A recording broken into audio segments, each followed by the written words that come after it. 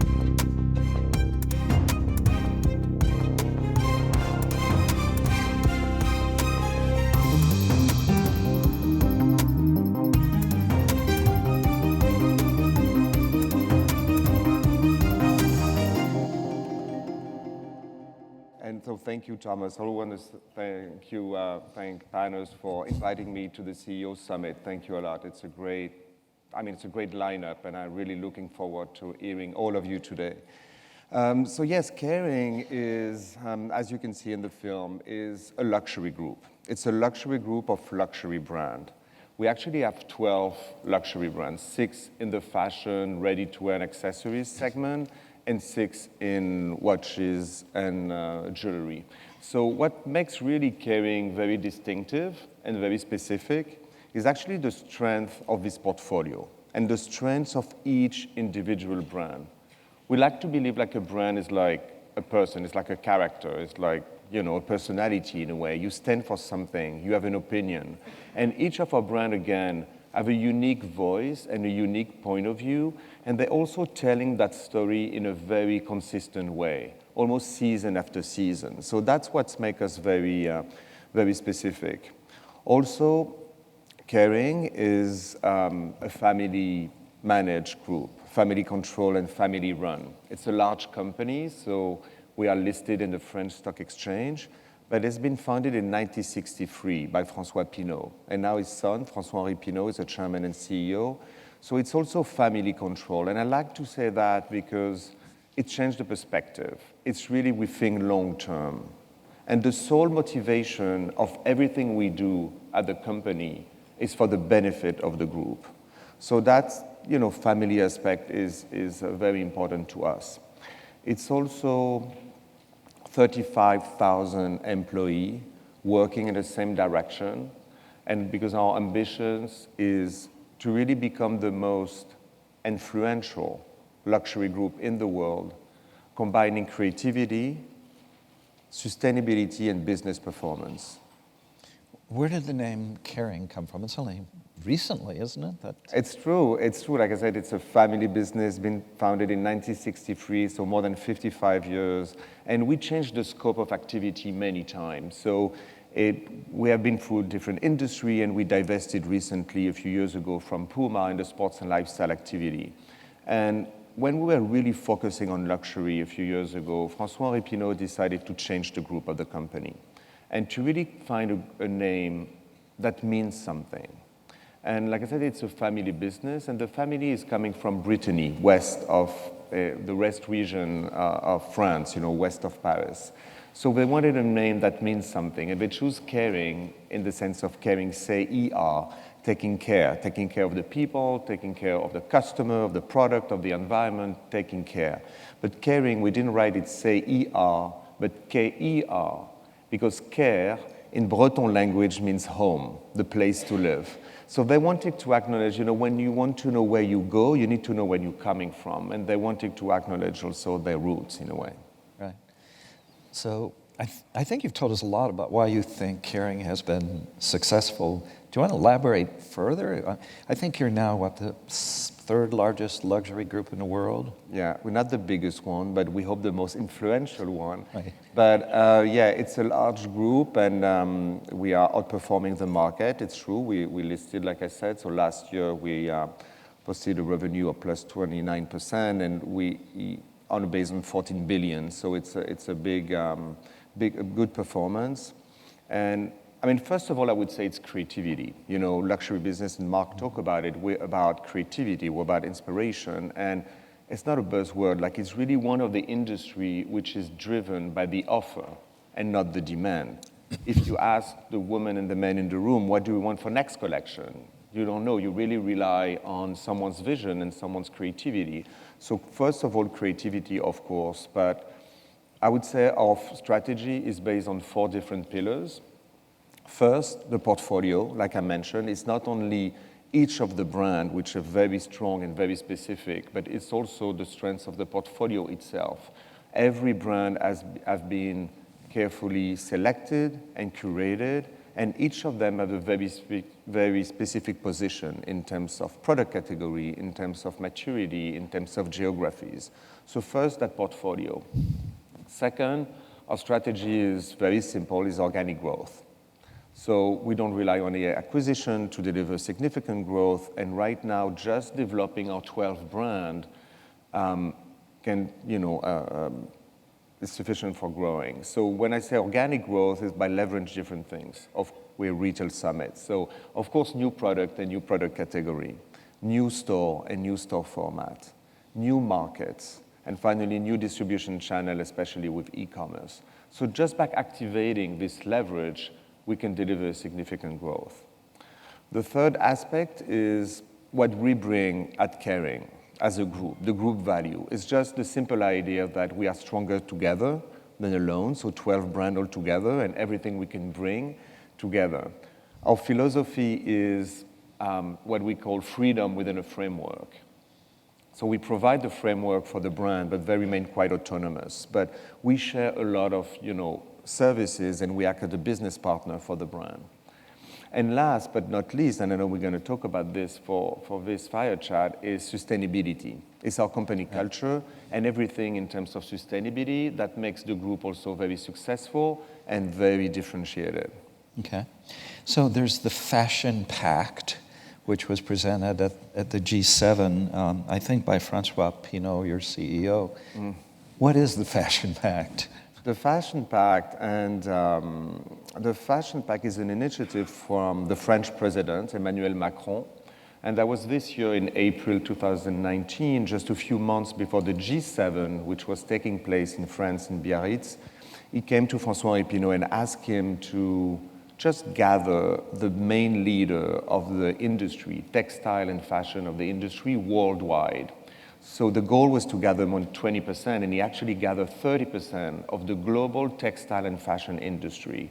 So it's like 32 groups, 150 brands that took a commitment in terms of sustainability. So now it's a lot of very large group, and a lot of American group, a lot of luxury group as well, not only Kering, but Chanel and Burberry, but also a lot of like PVH and Calvin Klein and retailer and, J. Crew and Gap, like Uniqlo, like a lot of big group that really took a commitment.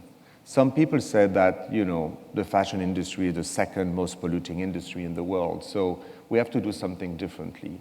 And that Fashion Pact is a commitment with on three different aspects. One is in terms of global warming and CO2 emission, with very strict and very precise commitment as well in terms of CO2 emission. The second is about restoring biodiversity and protecting biodiversity, and especially different species. And finally, the ocean, protecting the ocean, especially with plastic. So, of course, there is very detailed agenda and objective, but the idea is that. So there's already a lot of companies that signed the Fashion Pact, and we continue. Okay. So this is something you have personally have cared about for a long time. And you were, I think, Senior VP of Sustainability, is that right, for Kering? Yeah, it's true. So do you have a unique point of view on this? I mean, sometimes sustainability is this buzzword that's out there. It's true. And sometimes you wonder how real it is for many companies. It's in their annual reports, but there are a lot of things in annual reports. We love our employees, we're sustainable, we care about this, we care about that. But you've made sustainability real, and so you walk the talk. Is there more to be said about this? It's true. I mean, again, we're fortunate to have François Pinault as the head of the company and who has a very strong commitment and conviction that this is the only way to answer the main challenge of the century. That we doesn't do it to sell another bag of pair of shoes. He thinks that it's a duty, we have the obligation almost to do it, and it's quality. But we put in place, again, because we're a public company and very pragmatic, a system to make it real and just not like a little capsule collection or just, something like a philanthropy and write a check. It's actually really embedded into our business model. So different things. First of all, you're right, we started more than 10 years ago in 2008 with a very holistic approach. It was not only the environment, but the social, the community, the innovation. Secondly, very precise and measurable objective. And since actually 2008, part of the compensation of the CEO of the group are linked to the achievement of this objective. So believe me, that's real. When your bonus depend on that, suddenly you want to do something. So the whole thing has been very concrete and operational. There is also a tool, a methodology that we have developed that we call the EP&L, the Environmental Profit and Loss Account, where we measure all our impact across the supply chain. Not only our operation and our stores, but way back to the raw material. So now we're talking about the cotton and the gold and the leather and all the impact in monetary value that help us to prioritize and make changes. So this is also a very, it's really embedded into our business model and into the supply chain. So that make it real. I don't think I'm dressed appropriately for luxury. You have this classic black T-shirt or whatever you want to call it, and the Gucci shoes and so forth. So does luxury now come from the street, or is it really coming from the lead designer? Or what's the balance that's going on now? You have to stay humble as well. Everyone can have his own definition of luxury to start with. Some people it's like time or food or whatever, or family. When we talk about fashion and when we talk about textile and fashion, my own definition, and it's only mine, I would say, it's a combination of craftsmanship, design, quality of the material. That is almost a given, like it's the minimum, every piece and even if it's a sneaker, even if it's a Balenciaga sneaker, it's actually 90 different pieces of leather that has been assembled by hand in Italy. So, it's all that design of, again, the design, the craftsmanship, the quality of the material, that makes the object very luxury. And then it's the emotion around it. That's the emotion. And that's what we learn, especially from the millennial, who really reacted even more with emotion. And Mark was talking about emotional relationship and emotional retail. I think the emotion around the brand, because what we are selling, of course, is not the functionality of the object.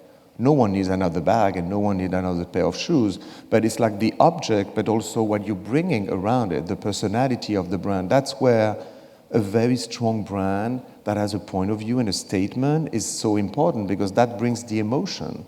So I think what people relate to is the message around the product, and that's why they want to put the money to actually get that product. Right. But you're very luxury, I can tell. Yeah, right, Laurent. I'm teaching a course right now on marketing strategy. What else would I know? And I have 65, and they are all Gen Z, because they're 20 years old, so they're all Generation Z. And so, yeah, we keep talking about millennials, and we got these Gen Zs coming up right behind them, and I don't know if they're the same. Of course, I'm having trouble understanding them in general. You know, they come from a different world, and what they know. I mentioned 9/11 the other day. Do you think they'd ever heard of it? They had to think about it, because 9/11 is not in their memories. They were, 1 or 2 years old when 9/11 happened. And so we're dealing with a different generation which has a different mindset and a different history, and what they're going to be like when they get further along for Saks and the other firms in the room. Who knows? Okay, the last thing I'm going to ask you is But I mean, I can tell you for that millennial, just think about it. I think the strategy for millennial is actually not to have any strategy for millennial. Because you're like, they can smell it, like the key is just to be authentic. Because if you try to chase, if you try to chase the millennial by doing something specifically for them, they're going to feel it. Because I'm talking about the emotion and authenticity. I think they really relate to authenticity. What is real in the message? Do you really believe? Do you walk the talk? Like, it's not enough to say, oh, I'm going to be sustainable, I'm going to be this, I'm going to be that.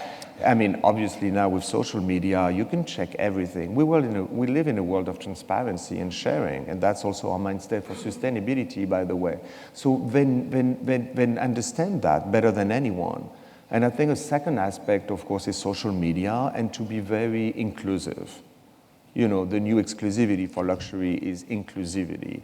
And I think Gucci in our portfolio did it very well. It literally opened the door of the stores, literally the real one, the retail one, but also digitally. They say they give the code of the brand and they say play with it. They work with different artists on Instagram, and that also relate to millennial. That's what I'm talking about, authenticity. Yeah. Well, I would just point out that authenticity is the new word of the day.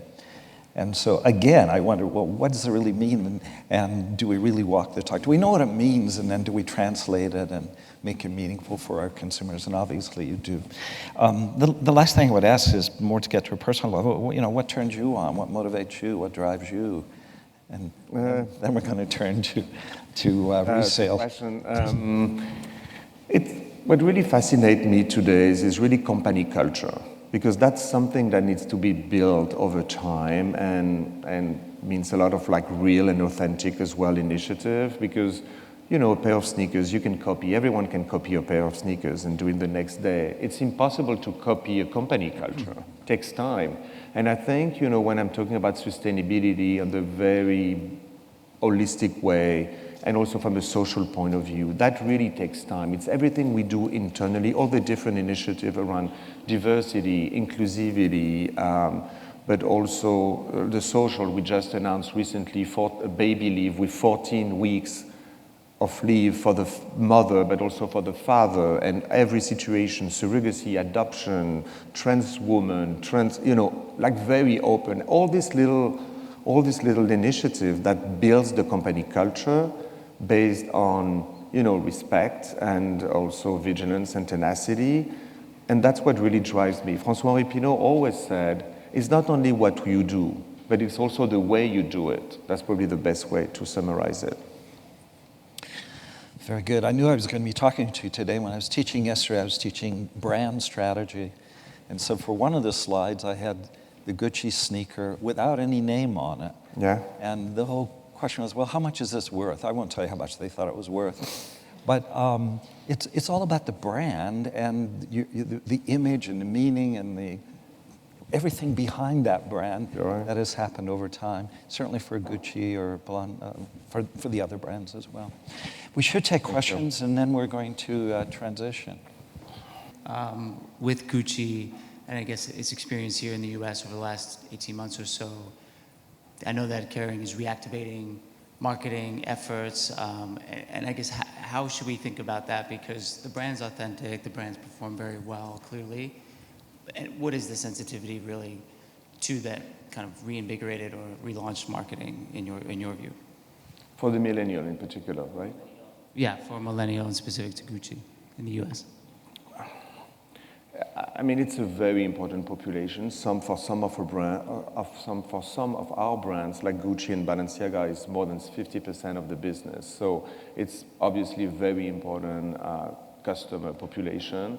But like I said, I mean, they're very tech savvy, and it's mainly through digital and social media that we can reach out to them, and through these different communities. So right now, it's not that much about advertising, even be online or paper, but it's really about targeting this different community and different influencers as well of this community, and build real relationship with them, authentic relationship, then they can promote the brand themselves. So I think the strategy of marketing for the millennial is more like an influencer community-based approach.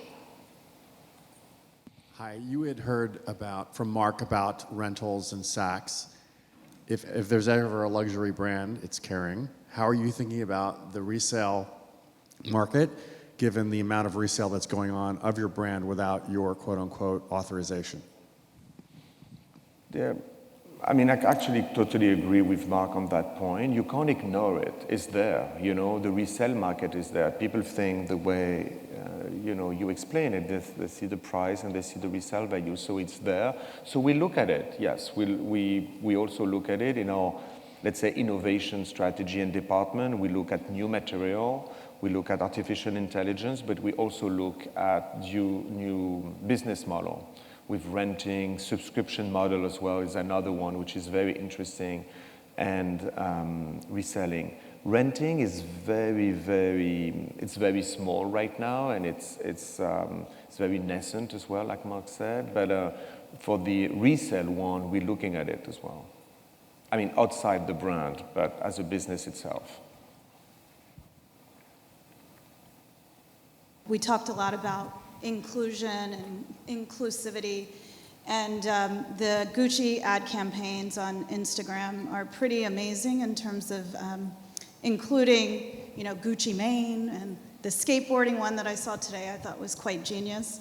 How are you dealing with the other side, which is sensitivity to diversity, and making sure your product portfolio is meeting the needs of a diverse group? We know earlier in the year, Gucci had some publicized headlines around that, so I just wanted to get your take. Yeah, I think one of the big lessons of all the different events that you are mentioning is that it's not only about diversity, it's diversity and inclusion, like you rightly said. And sometime in the fashion industry, we said if the diversity is the thread, inclusion is the needle. So it's not having these people, like this different minority around the, check the box and have them somewhere. It's actually have them around the table and part of the discussion. And that's what we're doing now. We just announced at Kering as well a new chief of diversity and inclusion and talent. So her name is Kalpana Denzel, and she actually has the talent in scope of activities. So she actually can recruit the right people according to what she believes is going to be the right strategy for the group. So we have that at Kering. We also have someone at Gucci, and they work on a different initiative that's really going to bring that diversity at the table. And, at the end, it's a question of education.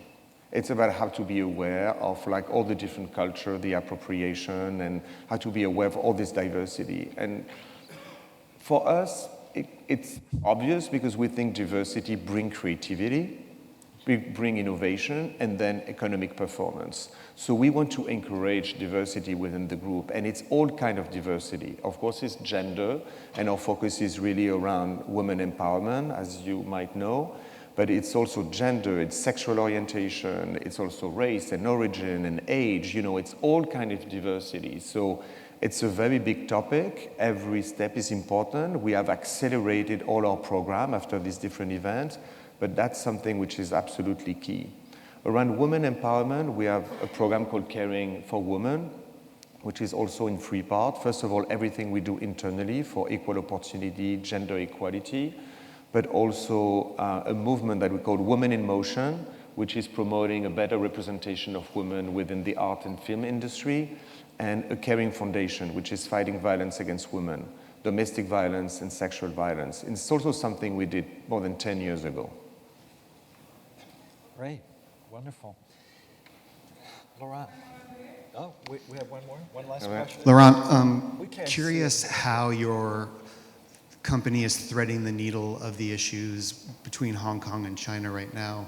You spoke about each of your brands needing to have their own voice. Would you support any one of them speaking up on behalf of the protesters in Hong Kong, for example, and seeing some of the other stumbles, knowing how important China is to the luxury business? How have you guys thought about how to manage your brands through this difficult situation?